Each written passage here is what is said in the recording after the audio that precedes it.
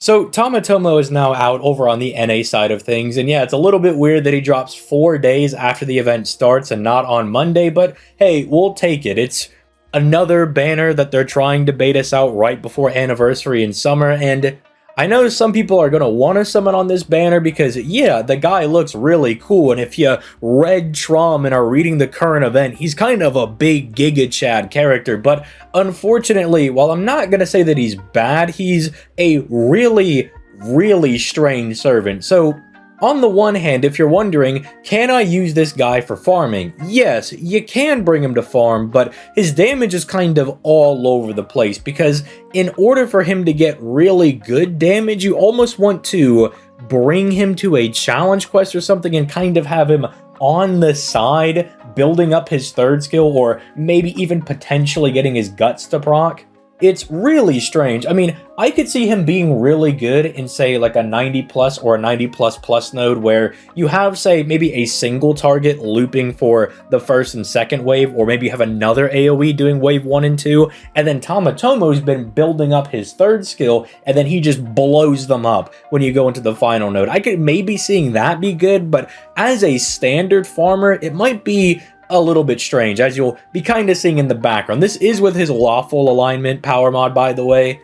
And I know he's not a single target, but I like going up against these giant punching bags, essentially, just to kind of see how many different variants of damage we can get. You know, what can we get with different Brave Chains? What can our crit damage and stuff look like, etc.? And he's definitely a very strange one, as we'll talk about in this video. So if you like being informed on the goings-on both the NA and JP side of things, make sure you drop a like in the video and subscribe to the channel for that sweet daily FGO content. And if you want to see me play FGO live or you ever have any questions, I do stream every Monday, Wednesday, and Friday, starting at 6 p.m. Eastern Standard Time over on my Twitch, which is linked down in the description down below. But with that being said, let's start diving right into his kit, starting off with his hits, of which you would be surprised to find out he is not actually repping a triple buster deck. Yeah, I know, I thought this guy would have a triple buster deck considering that, you know, he's a huge guy, right? He's ginormous. You would think he kind of plays like a berserker, but no, he's got a double buster, double arch deck, which I do like. That plays very nicely with people like Merlin in being able to help each other find their own arch chains. You know, arch chains for Merlin to get to his NP, and arch chains for Tametomo to get to his NP, because realistically, his NP gain is not super great. 0.56 with 3 hits on the arts card. You would think he would be kind of okay with his refund, but it's surprisingly low. It doesn't really seem like he's getting a whole lot back. Thankfully, he does have skills that do assist him in getting into his NP, so you don't really have to worry too much about that, but do keep in mind that the NP gain on those arts cards might be a little bit lower than what you're expecting, but they did at least give him the 5-hit extra attack, which if you're uninitiated, the extra attack is a composite card that gen stars NP and does big boy damage. And over here on the ZTL channel, we like to see our guys be hitting those 5 hits on the extra attack, especially if you're going for that append skill to get that extra attack bonus, then you're really going to be hitting all those marks on getting your NP and stars back. But in all seriousness, his hits are okay. I might have wanted him to have an extra hit on the arts cards to make it a little bit more consistent in finding his NP, but they did give him tools to assist him in finding his NP, so I guess it's all right. But with that being said, let's start moving into some of his skills, starting off with skill 1. This one is super basic, but it is formatted really well. See, a lot of the times they'll either make it some type of gimmick for you to get up to a 50% buster mana burst. Maybe you get a 1-turn mana burst, or you get 30% on this skill, and then 20% on the NP. You know, they try to divvy it out so they're not just straight up giving you a big buster mana burst, or really any mana burst for any card type. But for him, they did the 3 times for 3 turns, which is really good for farming, because again, for farming, you're generally only going to be using 3 cards. That's going to be your 3 NPs, and go figure, he's got a buster NP. Now, if you're bringing him to challenge quest, it can be a little bit nice. You can still space out the NPs to save these for your NPs whenever you want to fire them, but ideally, if you're going to be using them with someone like Koyenskaya or Merlin, you do want to go for those buster crits as well, so you might find yourself running out of this, but thankfully, at least the crit buff is still 30% for 3 turns, so there's a little bit of give and take for this. Built really well for farming, that's kind of what you would want. You ideally get the full power for all 3 of your NPs, but CQs where he I'm not gonna lie, might shine a little bit better in, considering all of the tools he has for challenge quests and boss fights. He might not do as well in, but again, 30% crit damage will let him do some pretty nice crits. Although, considering how low his base NP damage is, they probably could have knocked this up to 50% just to help him out in really doing some nasty crits to make up for the lower base NP damage. Now, his second skill is where things start to get a little bit interesting, so he gives himself a Guts that also immediately charges his NP by 30%, and that's why if you want to use him as a Buster Looper, this guy's absolutely fine. He has a 30% battery, which is the bare minimum you need if you want to be doing looping with Koyansky and Oberon, so he's good on that department. But the interesting thing is that whenever his Guts is procced, he gives himself a one-time 20% NP damage buff that lasts for 3 turns, and he cleanses his own debuffs, which is interesting, but it kind of reminds me of Andromeda in the way that Andromeda, who just released for Valentine's Day this year on the JP side of things, she has this passive gut skill that whenever her guts is triggered, she gives herself a small like 10% attack buff, but it does give her a little bit of extra damage, which is nice. Her numbers start to look pretty decent if you get that. But in a similar vein to Tametomo, you're probably not going to see that all that commonly, and I would think you would want to make this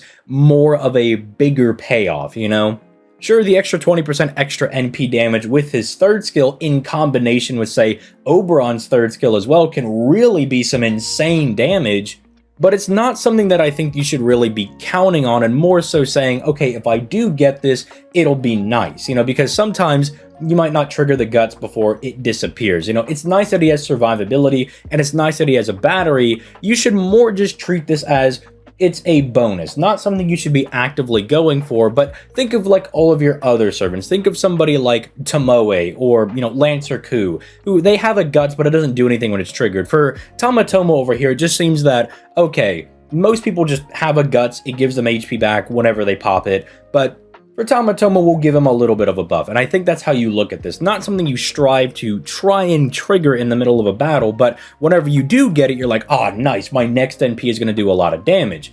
Now, his third skill is a little bit strange.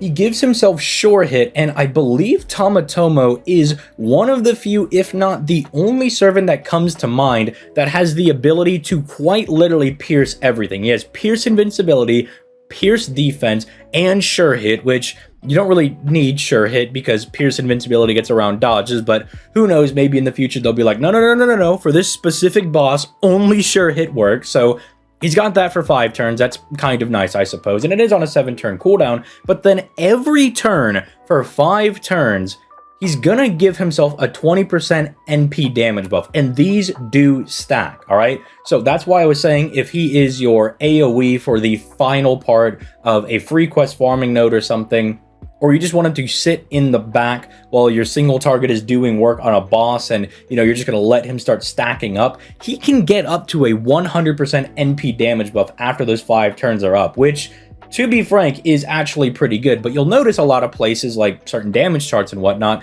they only calc 2 of them because for most people, the most you're going to get is 2 stacks if you're going to be bringing him as, say, an AoE farmer for certain nodes, and with getting that, his damage does get to a pretty respectable level, but do keep in mind, these are one-time buffs. It's not like he's stacking these through each node, because again, they're one time for 5 turns, so once you use them, you use up all of the NP damage buffs, which is why I think if you're going into a node and you want to use him, best to use him as the guy that clears a lawful enemy at the very end of a node, right? I think then you could start getting some really respectable damage.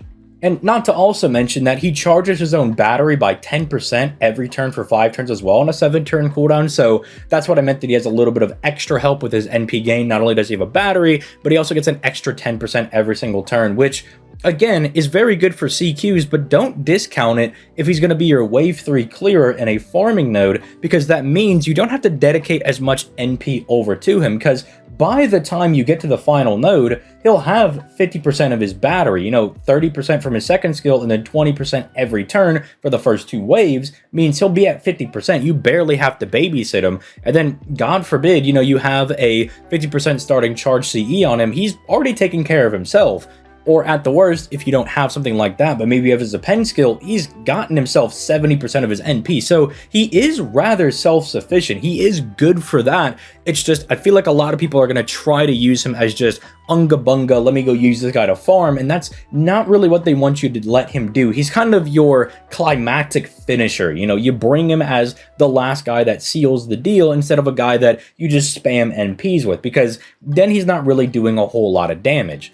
And I mean, if we look over it as NP, I mean, I already said that he has Pierce Invul, Pierce Defense on this, and I already mentioned the Lawful Power mod, which is not a bad power mod. There's quite a decent bit of lawful people, because remember, that includes not just like lawful good, but lawful balance, lawful evil, even kind of your crazy people like Lancelot, who is lawful insane. It's fairly nice against some servant enemies. There's not too many normal enemies that you're going to be running into. I don't even know if you can call these guys normal, because the only guys there are like, what, some of the Greek deities, some of the trees, Ivan, some of the 100 personas that we fight. I mean, there's really not a whole lot of people there. I mean, Flare Marie is on there, so I guess when she comes out on the NA side of things, you can go fight her with Tametomo. He does have this interesting mechanic where he gives himself 20% buster whenever he's on a waterside battlefield, which I do think is kind of neat, because waterside isn't the smallest category of, you know, free quests that you can go farm, but it might be one of those things that if you want him to be your main guy, it might be a bit annoying when you don't run into waterside battlefield, because then, you know, you're losing out on that buster buff, and multiplicative buffs in FGO are a thing. You know, you want to have different buff types. So increasing that buster buff that he has on skill 1 could be very nice with this. It does let him to start hit some pretty impressive numbers, if I do say so myself. But at the end of the day, he's very, very strange. I know that 2 years ago when he came out, I wasn't sure, you know, just looking at his initial details, if he was better than a lot of the other AoE buster archers, but suffice to say, I don't really know if he is better than some of these other guys.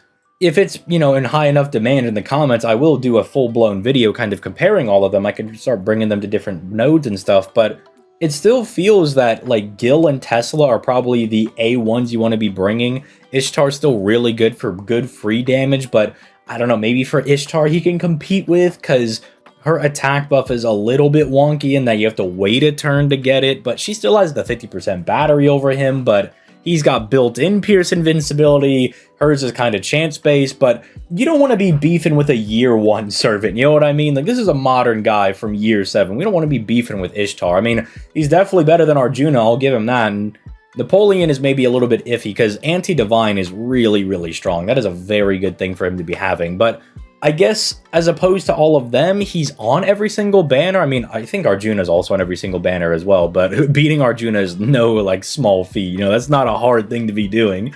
So I don't know, if people are really in heavy desire to get, like, a more in-depth video on how these guys compare, like, damage-wise, and who I think is the best between them, I could do that. I could probably rank all the AoE Buster Archers, but I don't know if he's quite the best. I mean, it was a little iffy back then, but now after using him for 2 years, he seems like he's nice and cool to have if you like him, but definitely not a must summon by any stretch of the imagination. So let me know your thoughts in the comments down below.